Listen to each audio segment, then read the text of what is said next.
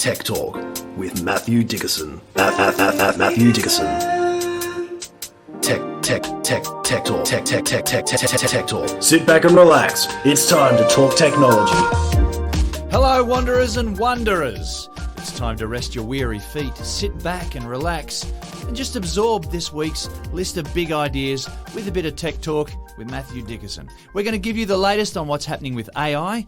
We'll breathe a bit of fresh air courtesy of Dyson, and we'll see where we're up to in the world of clean, green commercial flight. And here to tell us all about it is the man himself, Matthew Dickerson. What's been happening in your world? Well, a bad incident occurred in my world this week, but I actually saw how technology can help with that. In our area, we had some bushfires, and they weren't terrible bushfires in the way that we've seen over years gone by. They are enough to bring a bit of worry, though. Absolutely right. And I talked to a few people who live nearby. One person said they got to within about 4 kilometres of their house. Now, 4 kilometres might sound like a fair distance, but when you've got a bushfire travelling along pretty quickly, you can suddenly chew up 4 kilometres and then your house is under threat. So there were no loss of lives, no injuries, no houses that got consumed by these fires, which was fantastic. A lot of that came down to the unbelievable teams we have with the Rural Fire Service and the various other emergency service operators. Some of it comes down to the wind decides to change direction. Yeah. So sometimes it can be nature, it can be luck. But I had the opportunity to go out to the control room, the Rural Fire Service control room, and it's interesting in terms of the technology that is there and that's present, and also all the agencies that are working together. So with some of these emergencies, depending on what type of emergency, floods, for example, you might have SES working with Rural Fire Service, working with a lot of coordination's got to happen there, yeah? Absolutely right. And this was similar to that. We didn't have SES involved, but obviously the local fire brigade and Rural Fire Service and council, so a range of operators, police were involved as well. And, of course, the first question I asked when I walked in naively, and there's a control room, and there were a lot of people doing a lot of things. They all looked very active. Tense? Was it anxious sort of a place to be? Or I didn't actually get that feeling. Yeah, I got that feeling that people knew their job. This is what they're trained to do. Exactly right. They were doing their job. They were doing it incredibly efficiently. They were busy, but they were all going about their things. But I did ask the naive question to say, well, you've got lots of different agencies involved here, so who's in charge? If a decision has to be made, sure, you try and get consensus and try and get everyone agreeing that this is the best course of action, but who's in charge? And the guy that had the vest with the 10-centimetre high writing on it that said incident controller, he said, the one that wears this vest is the one in charge. So obviously there's some fights over who wears the vest. Yeah. But you've got the incident controller, you've got the deputy incident controller in case the incident controller is, I don't know, on the toilet maybe. Yeah, right. So it's very clear in terms of their protocols. But what I enjoyed was looking at the screens. They had several large TVs, I'm talking maybe 85-inch TVs on the wall. A couple of those were touch screens, but the access to information. And a lot of people say to me, the best information is for people on the ground, out there in the field. But if I'm on the ground, I can see around me, and probably not very far because there's probably a lot of smoke. Looking at what they had available to them in the control room, one of the maps, for example, had about 9 different overlays. So I could look at that map from an aerial view and see one particular thing. So I could see what the terrain looked like. So I could then communicate, if I was the incident controller, which I wasn't, but if I was, I could then communicate to my team on the ground and say, we really want to stop it going north because about 2 kilometres north of you is really thick bushes or a forest or something. A slope or something, yeah. Exactly. So if it gets into that, it's going to be all sorts of trouble. But I can then see as well, if I go to a different layer, I can see where the hotspots are. So there's actually aerial imaging for heat. So I can say, right now, around this area and this area, that's where the heat is. I can then see another map that shows me the wind direction. So I get an idea of where it's headed. And then when they send the large aerial tanker in, the RJ-85 is the main one. I was going to ask you about that. When do they send that in? Well, as soon as possible, basically. Yeah. And they sent the RJ-85 in. But again, when they were showing me where they were sending that in, here's the fire burning, here's the wind blowing, here's the heat, the main heat source or the main heat of the fire, here's the bush that we want to keep it away from. And so we do a run from the large aerial tanker along this spot here just in front of the fire. They're not trying to put the fire out. That's too difficult to actually put enough retardant on there. Yeah. They're trying to put... Because that's what it is. It's a retardant to stop the fire from burning on it. Yeah. That's right. So they're trying to put it in front of the fire. Yeah. So as the fire burns in that direction, it gets to the part that's all coated with the retardant and it slows down that burn. either to put it out or to allow the ground crews then to get in there more effectively. Sometimes they're dumping it on houses. So there were some dumps of the retardant they put across some infrastructure, some housing, some buildings there, again, so that when that fire reaches there, it's much less likely to be able to burn. So interesting. It was actually fascinating sitting back watching it. Obviously, I just want to stay out of everyone's road while they're all going about their thing, but just watching what they're doing, moving their fingers on touchscreen, getting the wider view, then zeroing in a bit further.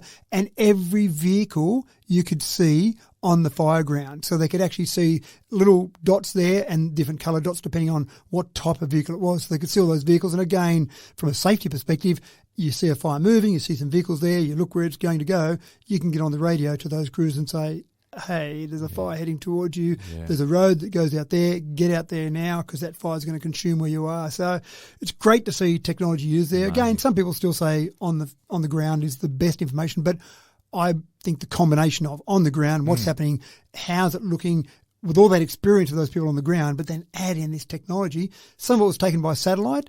Some of it was taken just by some of the planes that you have that are flying above it to actually get a look at it. Apparently the satellite imagery is expensive, so you start to pay a lot more to get detailed satellite imagery, but you can get that from the planes you can fly above there as well. So, yeah, a whole range of bits and pieces of information feeding into it to then end up with this visual representation. Amazing experience. And with 39 degrees of heat and strong winds as well, that Monday was a shocker. And then lightning strikes. Yeah. And then they're also tracking, that was another screen I could look at, was lightning strikes, tracking where the lightning strikes are. And again, we've talked about it. In fact, I think it was one of our very early episodes that we talked about looking through satellite imagery to look for heat sources for lightning strikes. And again, they look at that and use that sort of information to try and get on those fires as soon as possible after a lightning strike, because obviously if you can get it when it's small, you've got much better chance of putting it out. Anyway, well done to all those incredibly hardworking people that are risking their lives in a lot of circumstances, but just the technology, I was fascinated by that. For sure.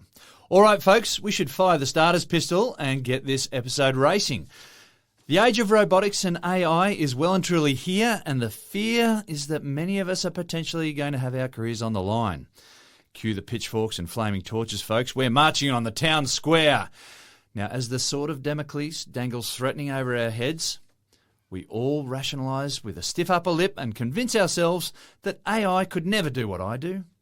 Well, bow your head and raise a glass to the next of our comrades to fall, the bartenders and baristas of the world.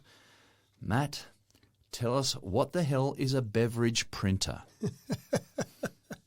Well, before I start that... This is the next thing that we have to learn how to destroy. Sound like a true Luddite there.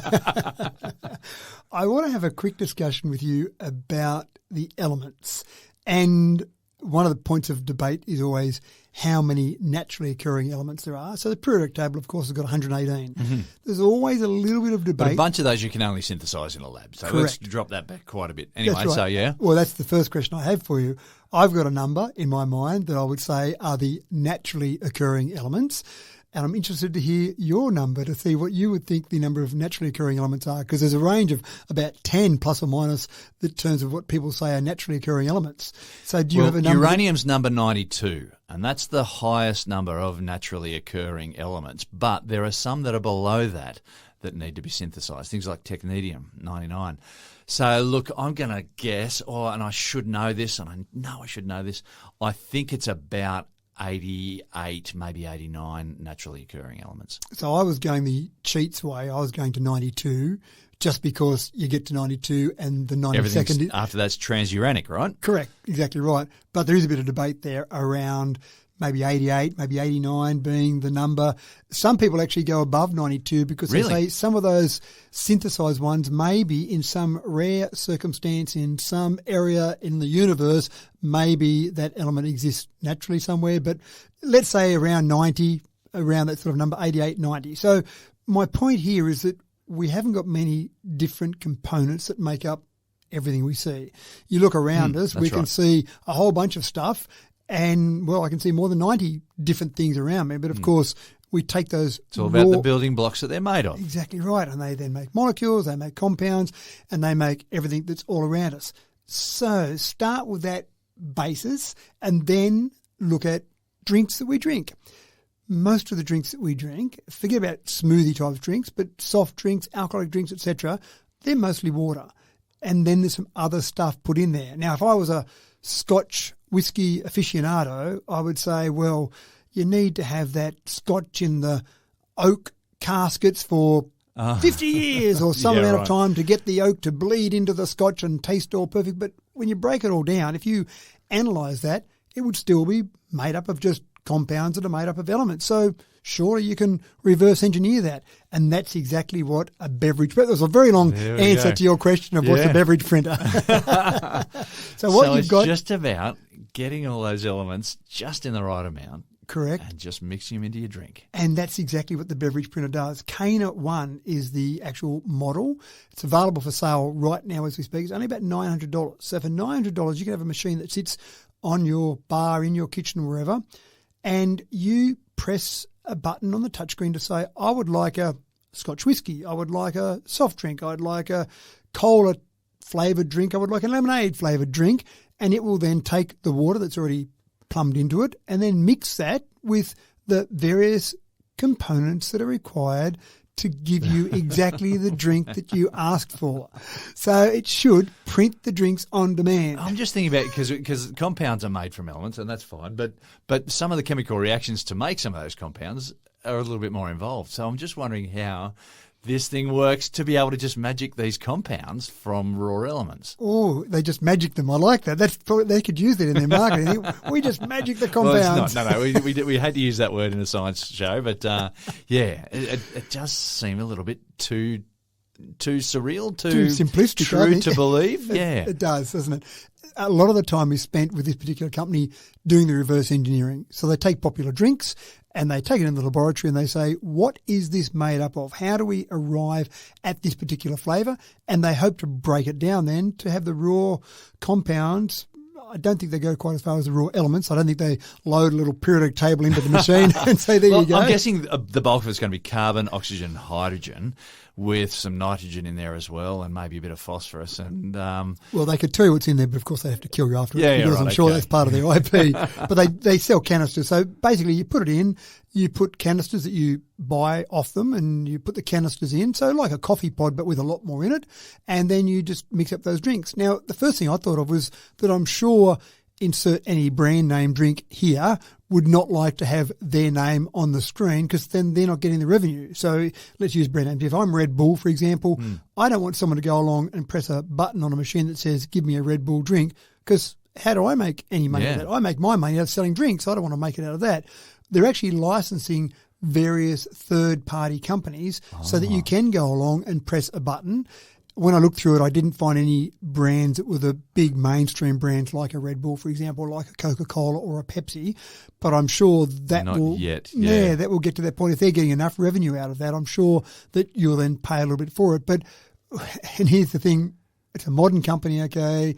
Therefore, it's got to have an environmental message with it. And that's part of what they're talking about. It's not just the convenience of not having a fridge full of drinks, a bar full of different drinks, because I've got my friend James who comes around once every month and he likes to have a particular Scotch whiskey. Well, gee, I've got to have that drink there for him and all my other friends. So the idea, I thought, first of all, was just to have one thing that had all drinks. But they're also worried about the packaging of our normal drink processing. So when you go into the supermarket and there's a bazillion different drinks to choose from, or you go to the bottle shop, all the packaging, they say in the world we throw away 78 million tonnes of plastic just in packaging on drinks. That's not on the drinks. That's not the production of the glass to put all these drinks in. That's just on packaging alone. So this company, which sounds very nice of them, is just trying to save the world while they make some money out of selling their beverage printer.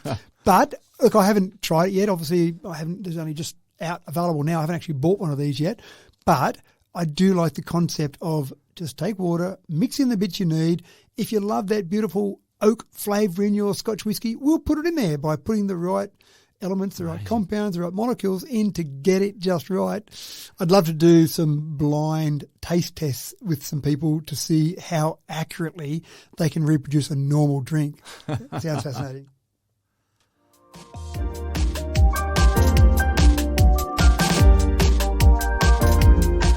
As the war in the Ukraine drags on into its second year, we applaud the Ukrainians for their resilience and resistance against a global Goliath. The Ukrainians have been buoyed by support from around the globe, and we can tip our hat to a private Australian company, SIPAC, who have played a notable part in supplying the Ukraine with rubber bands and cardboard, folks. Now, that may sound a little bit whoop-de-doo, but Matt, it's what they can do with the cardboard and the rubber bands that contributes substantially in maintaining the fight. Let's go back to last week when we spoke about some comics and you could order your X-ray glasses from those comics. I also remember some little devices from that same era that were foam, maybe polystyrene, styrofoam maybe, and they came with a rubber band and you'd make a little aeroplane. You'd spin the propeller backwards 50 times, 100 times, whatever it was, and then you'd sit it there and let it go, and the propeller would spin on the built-up potential energy of that rubber band, and away it would go. Take off your whatever surface you had there. And, So when I saw this story about cardboard planes being used in the war between Russia and Ukraine and rubber bands were involved, I imagine people out on the war spinning this little propeller and making sure you don't give it to Jimmy, who always spun it the wrong way and then the plane went backwards. Give it to or spun Billy. it too much and the rubber band snapped. Oh, you don't want to have that out there. We're about to launch this payload out. It's not quite like that. Their cardboard is a little bit better than those little styrofoam planes that I'm talking about. And the rubber bands aren't actually used to spin the propeller, you'll be pleased to know. The rubber bands are used to keep the thing together. So when you actually get this flat pack out there, out in the trenches, literally, you put it together, you put some rubber bands around the various parts to hold them together, and then you launch this. Now, the whole idea here is that a lot of wars come down to a contest of attrition. It's expensive to be in a war. Yeah. And when you've got planes up there that are worth tens of millions, maybe more than that, we've talked about pilots before, all the money that goes into their training, you've got incredible expense. And if you get one of your planes taken out, you think that's not good. That's tens of millions of dollars that I've just lost. Millions and millions of bucks. So what they're doing with this is they're saying that these drones are cheap. Now, I couldn't actually find out the price. That's classified information, James. But I did work out, just putting a few different numbers together, that they're somewhere between $1,000 and $5,000 each. So they're not that expensive. But imagine launching this little, let's call it $3,000 between 1 and 5, a little $3,000 paper aeroplane off to attack maybe someone that's got millions of dollars of arsenal, or you're having to use millions of dollars of your equipment to try and take down this $3,000 plane. I love the concept of just the simplicity of all of that. So you load it up. You can have a 3-kilogram payload or a 5-kilogram payload. There's two different versions of these. And it's actually got some military-grade guidance system. You load up the payload, you launch it from your battlefield, off it goes, and obviously I'm not condoning this, but you're trying to drop a bomb on someone effectively. You're trying to do some harm to someone, but you're doing it through a very cheap method. War's hell. Yeah? It was hell, thank you. If it is successful in its mission, it will then fly back to you. They've got one at the moment on the Ukrainian side, one that's been used for 60 different missions. Really? And it's made of cardboard and rubber bands. They haven't managed to shoot it down. So it's managed to drop a payload into where it's trying to get to 60 different times, and it's brought back. They don't expect it to come back every time. Sometimes they'll launch it and they'll do one mission. Sometimes they'll launch it and it won't even make that mission. But again, you think, oh, well, I've lost $3,000 for that plane plus whatever payload you've got on there.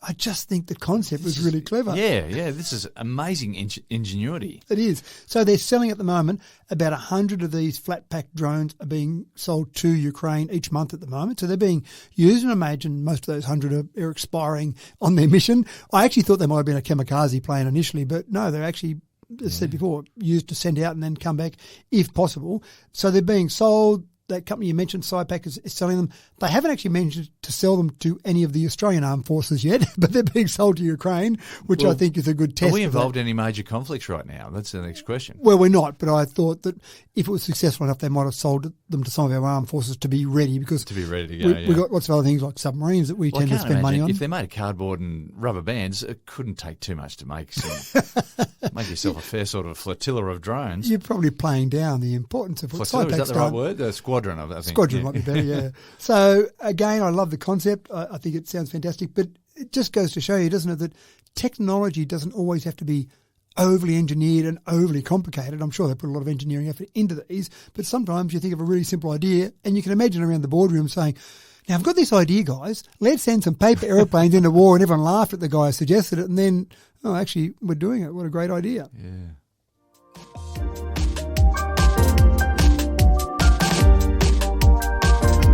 Okay, folks, back to another story about the problem with AI, and this one is guaranteed to make you groan. Just when you thought you were well armed to pick an imposter scam, the scammers have kicked it up yet another gear. Surely by now you can pick those text messages claiming to be your child borrowing a phone and needing money to be sent immediately.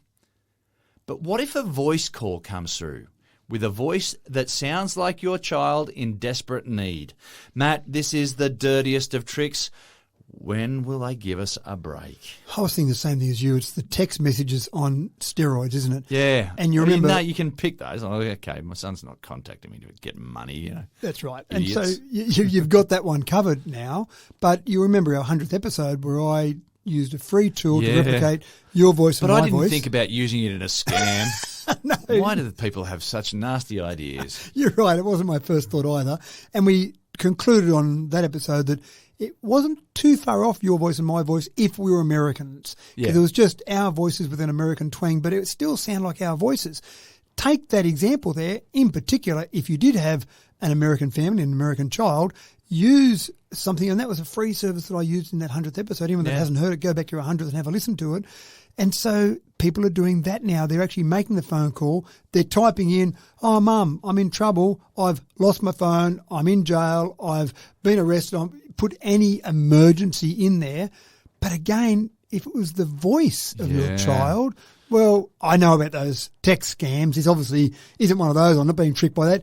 This is my son ringing me to say, help me out, please, Mum and Dad. So dirty. And you think about some of the examples there where you think, well, surely people would finally work it out. Well, 5,100 phone incidents already in the US, $11 million in losses already. And this is only a new scam. So already they've been successful that many times. Again, one of the things that I think we do on this podcast is actually help people know about these things at their infancy so they can be alert to them, can be awake to them. But I read one story about a mother who received a phone call from her son, same sort of thing, help me, Mum, you won't believe what happened, this stupid thing, and I'm in jail, can you just send some money to this lawyer? He should be able to get me out, or we'll all be okay. And so she did what her son asked her to do, and a few hours later, her son rang just out of the blue. He might ring once or every week or two. Hi, Mum, how you going? Oh, thank goodness you're okay. What do you mean? Oh, I just got the... No, I'm only just ringing you now, Mum. Oh, no. Can you imagine the processing in your brain that you've got to do? The penny dropped and then she's gone. The penny dropped. Hang on, I just spoke with you. Yeah, that's right. So it is sad, and these scammers are tugging on the heartstrings of people. What a terrible way to go about your business. So be aware of these. When you get that phone call, I suppose it's not the first thing you think of when you hear your child in desperate need, but I'd ask them something that only your child would know, something that happened when they were a kid, something that they might know in the house. Oh, just grab that red jumper of yours. Where did you always put that red jumper? Just something that's peculiar. Even before these things happen, actually have a conversation with your kids to say, now, if you're in a situation, what's something that only you would know about? So just think about those things first of all. I know it sounds sad. Just generate a safe word maybe, I don't know. Almost, yeah. Look, someone might hear that. Someone might be tuning into phone calls. They might be looking for things beforehand, so they might hear that. But if it's that experience, and if they have to describe that experience that only they would know about because only they were there, meanwhile the scammer's typing away furiously, you can get a fair bit of information on someone from social media sites, and you can learn a lot about them. You can learn birth dates, all sorts of things. So those things are obvious, but some experience from many years ago, or some experience in the family, something in the house, things that only you can think that child would know about. Ask them about that. And if you can't get a quick response to that, oh, Mum, what are you asking me that for now? I'm in trouble. I'm in desperate trouble. Just tell me, where was that place we always used to go to holidays? Just something like that, and that extra 10 seconds might be worthwhile. And if it is really your child in desperate need, then they're going to answer that question quickly, and then you can send them the money that they need. But it is a bit sad.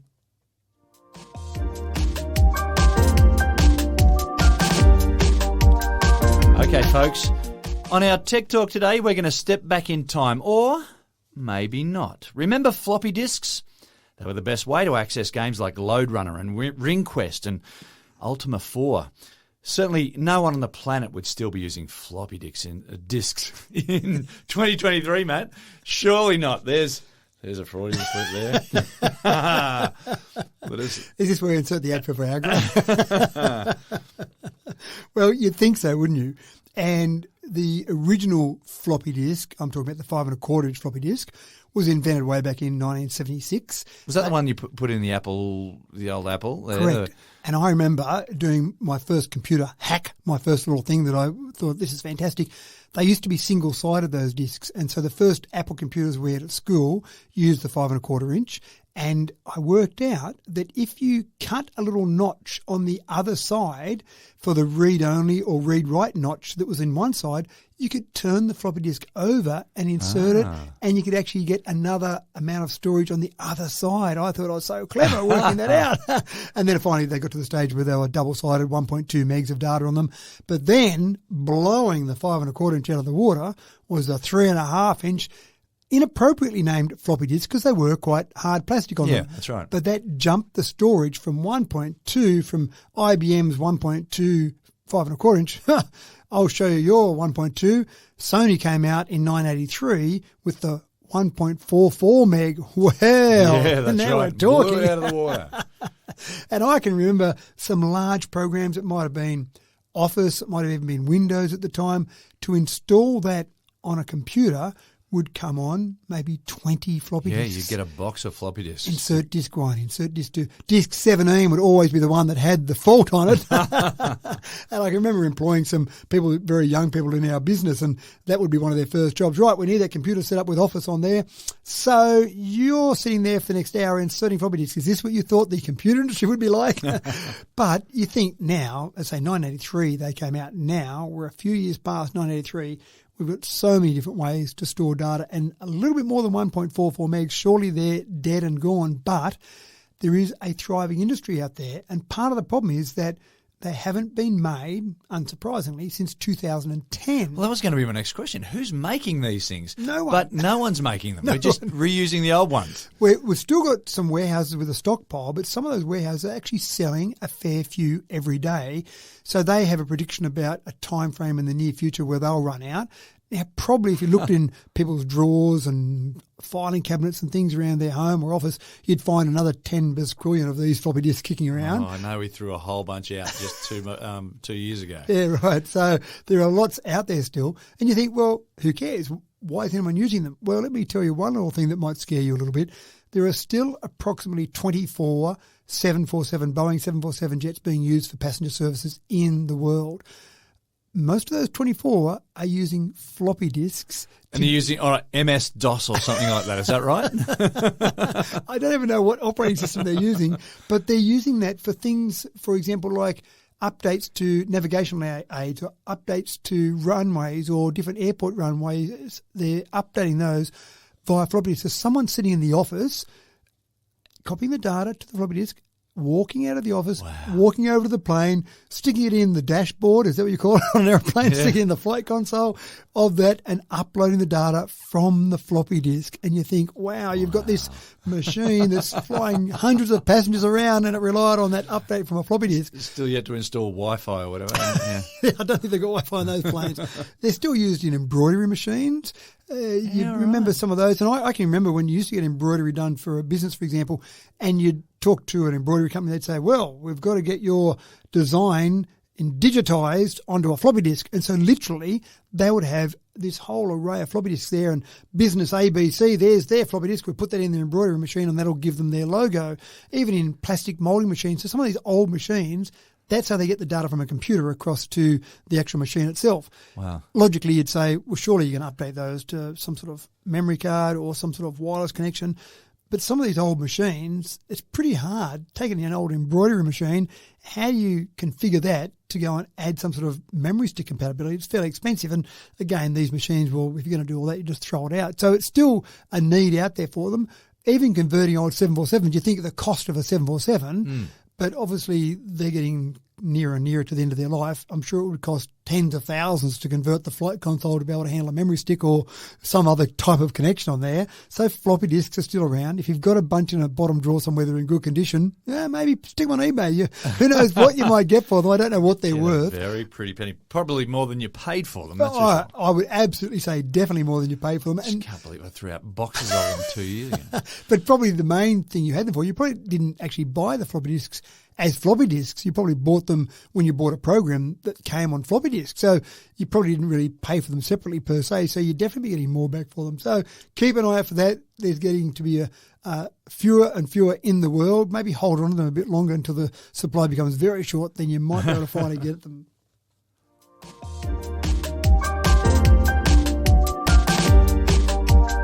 Okay, gamers, here's one for you. How many of you spend any time at all going through the manual on a new game? You learn by playing, right? Well, if AI can teach us anything, it may just be that taking just a little bit of time out to read the manual is entirely worthwhile. Matt, reading the manual? Surely not. This was obviously not written by a male who obviously never needs to read a manual because inherently every male knows how to do everything.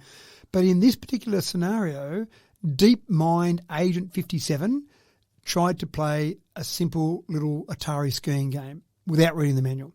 It took 80 billion frames to learn the game. Now, that sounds like a lot, but obviously it can do that in a reasonably fast time. Then someone, obviously a female on the team, said, what about if we actually let AI read the manual? Would that make a difference? Of course it wouldn't, because as you say, you learn to play the game by playing the game. Field, yeah. So they actually fed a manual that went through all the basics of playing this simple Atari skiing game, what the concept was, what the idea of it was, what you're meant to avoid, what you're meant to do to score extra points, etc. So here's the manual. They actually mastered the game 6,000 times faster than just playing the game, which I hate to admit it, but it sounds like there might be something in this whole read the manual thing. No, I still won't believe it. And playing games, I mean, this is a simplistic example. Playing games is interesting because the way I would typically learn to play a game is watch someone and then they'd hit a pole or they'd hit something. Oh, what happened there? Oh, you lost points there. You meant to avoid that. And how do you do that? And you're kind of working it out as you're watching, and then you start playing and work out things that happen as you keep going. No one ever thought, let's just get the manual out for this or read the instructions on this and work out where the points are going. That's a last resort. It is a last. Well, not even that. How embarrassing having to admit that you played the game. I'm sure in the AI world, this AI is a bit of a loner. Other AIs don't talk to this AI loner because it's the one that read the manual. Oh, look at that one over there. Nerd. That's right. Imagine reading the manual. But I think what I get out of this is that forget about playing a game as we go forward to try and get AI to do other things for us. Having a clear set of instructions is obviously really important. And I mean, it sounds a bit nerdish, and okay, it is a bit nerdish. I like my omelettes when I go for a bike ride in the morning. I like to have an omelette after a bike ride, and when I'm a bit busy, I get one of my kids to make an omelette, and they've seen me make omelettes lots of times. But I actually don't make them as well, do they? Well, I wrote an instruction manual to actually get them to make the omelette in the right way. It might sound simplistic, but surprisingly enough, the omelette came out exactly the way I liked it because I gave them an exact set of instructions on how to do it. And again, as many times as my kids would watch me make an omelette, they could never get it right. It was just so many things they just, no, you're meant to cut it like this, not like that. But you've put an instruction manual there. So it kind of makes sense to have the basic set of instructions just the way you want them, but we still tend to ignore it. But anyway, I'm going to try that next time. The next new thing I've got to do, I'm going to read. I probably won't, will I? I say I'm going to do it, but I probably won't be able to do it.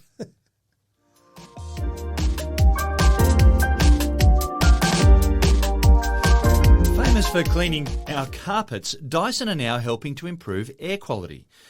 In a Melbourne trial, a horde of school kids have been given special backpacks to wear, and the backpack's job is to monitor the air in the suburbs. Matt, what are the details here? Is that the official name? Is horde? A group of school kids? Horde. It is a horde of students. Here they come! Oh no! And they're wearing backpacks. Well, that makes them a scary horde. But hang on, these are normal functioning backpacks, just with a little bit of an extra something. Yeah, that's right. Yeah. So there was some health officials in Melbourne that noticed in some suburbs in Melbourne there were higher incidents of kids with asthma, some breathing problems, or not just asthma, but other breathing difficulties. And so they thought that surely isn't down to luck. Surely there's something in this. And they did a few little tests of some of the air quality. And they thought, well, the air quality is not great there, but let's get some more information. So they've teamed up with Dyson, who have added some wizardry to some backpacks. They've got magic, that's right. They've got a little fan, they've got a little air sensor monitor and a GPS. And then they've given these backpacks to 300 kids at various schools around Melbourne, in and around this area, but also some other areas where they don't have the same level of asthma or breathing difficulties. And so then they're mapping the air quality as these kids walk around, and then basically putting that on a map and showing where the areas where the air quality is lowest. And unsurprisingly, they're the areas where you find that kids have got higher reportages of health or asthma. So they're not sending these kids into the stinky air. Kids go into that smog-filled area there. Just go for a wander. That's right. The kids, they're now called canaries, these kids. No, they're not. They're saying go to school as you normally would. But what they're then doing is they're saying we've identified the areas, having all this data now, of the areas that have got higher levels of pollution. So now start walking to school in a different direction, in a different route. So still get you there. You might have to walk a little bit further, for example, but that road you go along, which is right beside a busy road, which has really high levels of pollution, instead take this other route, which means you add another 100 metres to the route to school, but it's in cleaner air, and see if that helps your breathing, for example. At the moment, it still is in this data gathering stage, but it is something that we know we've got lower air qualities in cities. Having said that, we don't have enough analysis as people move around and enough sensors in so many different locations. So you can stick a sensor in one location and 5 blocks away stick another sensor, but putting sensors in backpacks for them to actually monitor the air as they move around, pretty cool. And asthma is something that takes a surprising number of young lives every year. I think it's about 700 or so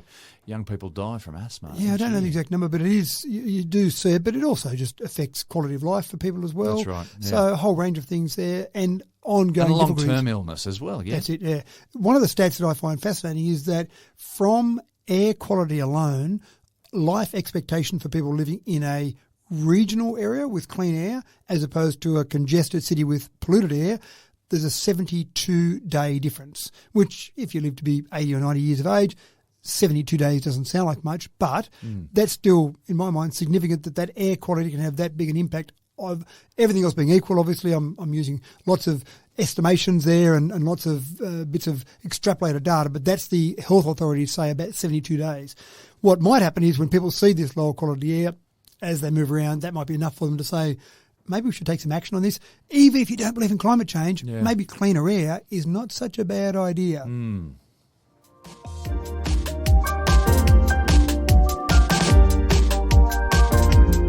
The job of a repo man is a pretty thankless one, knocking on people's doors with the express purpose of repossessing major assets like boats and trailers and cars after the owners have defaulted on their payments just one too many times. I can't imagine that there's a long lineup to get a spot to do that job. So that's why Ford have decided that it's time that their cars repossess themselves with a bit of self-driving technology. Matt, what's this going to do for sales at Ford? I don't know much about repoing. I've seen some shows on TV. Yeah, obviously. they make good television, don't they? They do. They come in. They're normally taking back Ferraris or Lamborghinis, cars that are worth a lot of money, and there's always a bit of action, and you wonder how much of it's all set up and all the rest of it. But I've never thought about how many repos there are. And then when I saw Ford has a patent to get cars back where their payments are defaulted on, I went, it is a bigger problem than I ever realised. So I did a bit more research, and I found figures in the vicinity of, in America, on an average year, anywhere from 1 to 2 million cars are repossessed. Wow. That seems like a big number to me. That seems like an enormous number. There's only about, say, 15, 16 million new cars sold in America each year. So 1 to 2 million a year. Yeah. That's like an eighth of the cars that are bought get repossessed. That sounds incredible to me. The land of capitalism. That's right. So it makes sense as to why Ford might want a patent like this. And there's a few steps to it. It's not as if you're 5 seconds overdue in your payment and then you walk out the front and your car's gone. Yeah. Where'd they go again? And the dealer's ringing you saying, well, for an extra couple $100, you can go and pick it up again. There's a few steps here. If you're behind in your payments, each time you get in the car, it starts giving you some annoying noises. A bit like when you get in and don't put the seatbelt on. It does that for a couple of minutes. So you know every time you get in, and you get in with a friend or you get in with anyone else in the car, it's a bit embarrassing that it's beeping away at you, and the person says, oh, you need to lend a $20, mate, to just catch up on that payment. So that's the first step. The second step is it starts to cut back the features.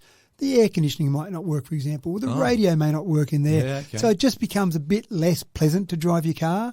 The third step is it starts to control where your car can go. It knows where your work is. It knows where your home is. You can drive from home to work because you still need to make money to make the payments.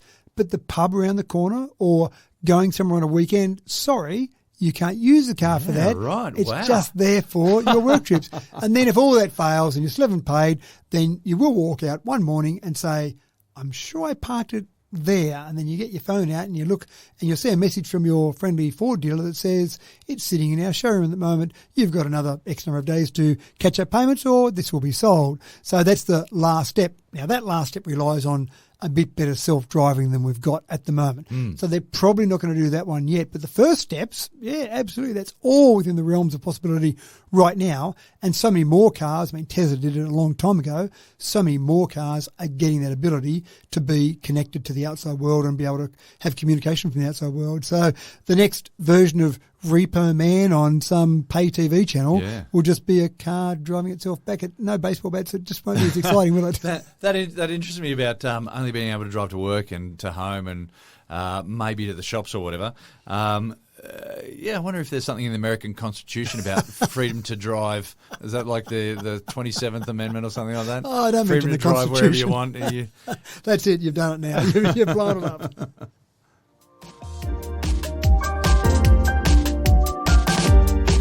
I guess it was only a matter of time before a bit of ingenuity kicked in here, folks. The UK, in the midst of an energy crisis, is looking for some clever ways to become more efficient in their energy use. Now, in the past, we've talked about the problem with data servers, that there is so much waste energy in the form of heat lost out of big data servers. And heating water for domestic purposes is one of the biggest sappers of energy of the current day. Do you see where we're going with this, folks? Matt, necessity is the mother of invention, and one UK firm has come the goods with a clever solution to a common problem. And it is clever because I was thinking, as I was reading this story and doing the research, and I thought, well, that's great. You've got servers, a bunch of servers in a room, and you've got air conditioning in that room to cool them all down. Cool them all down, yeah. Wow, wouldn't it be great if we could take that heat, and as you said, heat your hot water or heat your homes or do something useful with it. But I don't live in a data centre. I live in my home, and the data centre is way over there somewhere. By the time I pipe the hot air from there across to where I am, it's all too complicated. It's not going to work. So one firm has come up with the idea of, well, let's not have the data centre where the data centre is. Let's distribute the data centre out to people's homes and then use the heat from those servers to actually heat your hot water directly. So it's a fairly complicated process. I just don't know how well it will go. There's an 80 household trial being done at the moment as we speak. So they put a server in your home somewhere. They pay for electricity to run that server because it would be electricity they'd be using in a data centre anyway. They've got obviously some sort of UPS system there. They pay for the internet connection for that particular device, and then the heat out of that server is used to heat up your hot water. It sounds a bit complicated and clumsy just to be able to save a little bit on that heating. Now, there is an estimation there that they say it might save someone in the UK, after all the other things are taken into account, and they've got some space for that little server, £150 a year on the heating bill for their hot water. So I'm not convinced this one is going to go off because it seems fairly complicated, doesn't it? You do all that, you find someone that's willing to do it all, you find somewhere in the house, you put it in, you get the connections, you pay all their bills for them, and then out of all that, you save £150 on a heating bill. Maybe there's another way you can do it, piping that heat somewhere. So the conversion with existing houses might be an issue, but maybe new establishments? It may be. Yeah. Maybe when you build a new house in the UK, it'll be make sure you've got your spot for that little mini server farm because that'll be what's used to actually heat your hot water in the house. So that might be a much cleverer idea, doing it forward thinking rather than trying to do it retrospectively. But look, keep an eye on this one. I'm not convinced we're going to see this take off. And in certain countries it would work well, obviously colder countries where you're spending a lot more on heating or heating hot water. I don't see it working in Australia, for example, because we're a bit too hot over here. We have the opposite problem. We want more cooling, which is not really helping from a data center perspective. Anyway, it's an idea. People are throwing around ideas. They're coming up with different ideas. They're running trials. Out of all that, sometimes you'll get the right solution.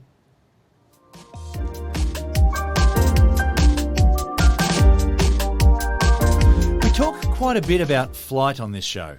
It's a mode of transport to which modern energy solutions from ground and sea transport just aren't that easily transferable.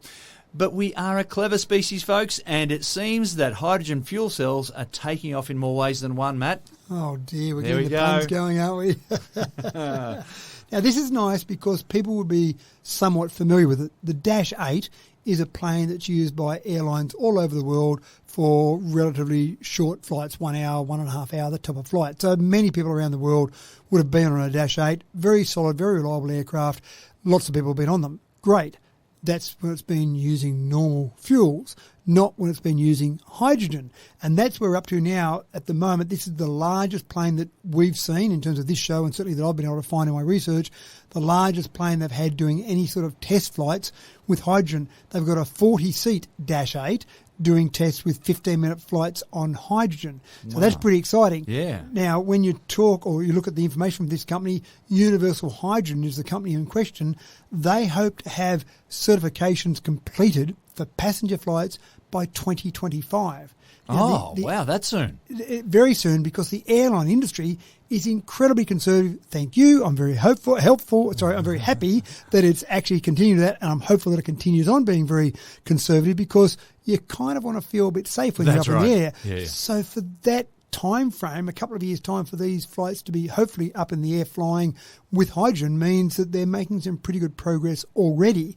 So take all that and won't be that far away. We'll jump on a plane. It might be a Dash 8. It might be some other type of plane where you'll look out the window and you'll see some hydrogen being pumped into that particular plane and you go, wow, this is one of those new fang-dangled planes I heard talked about all those years ago.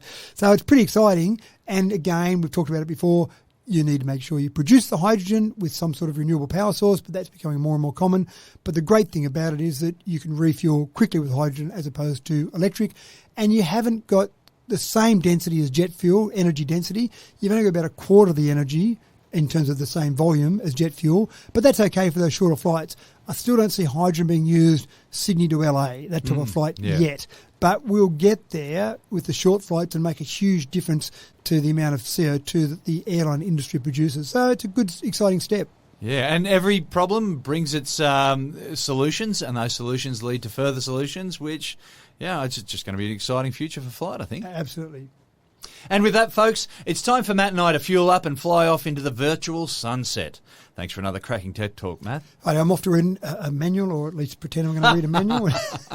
And I'm off to call my folks and tell them not to believe anything they hear from me ever again over the phone. Mum and Dad, I can't even guarantee that this is me speaking now. Just don't send me any money under any circumstances. I can't believe that I'm saying this ever. I'm James Eddy, and if you believe it, as always, it's been an absolute pleasure bringing you Tech Talk with Matthew Dickerson today, as it is each week. We look forward to catching you again next time. Until then, take care and don't forget to get your friends in on the Tech Talk game. See you next week.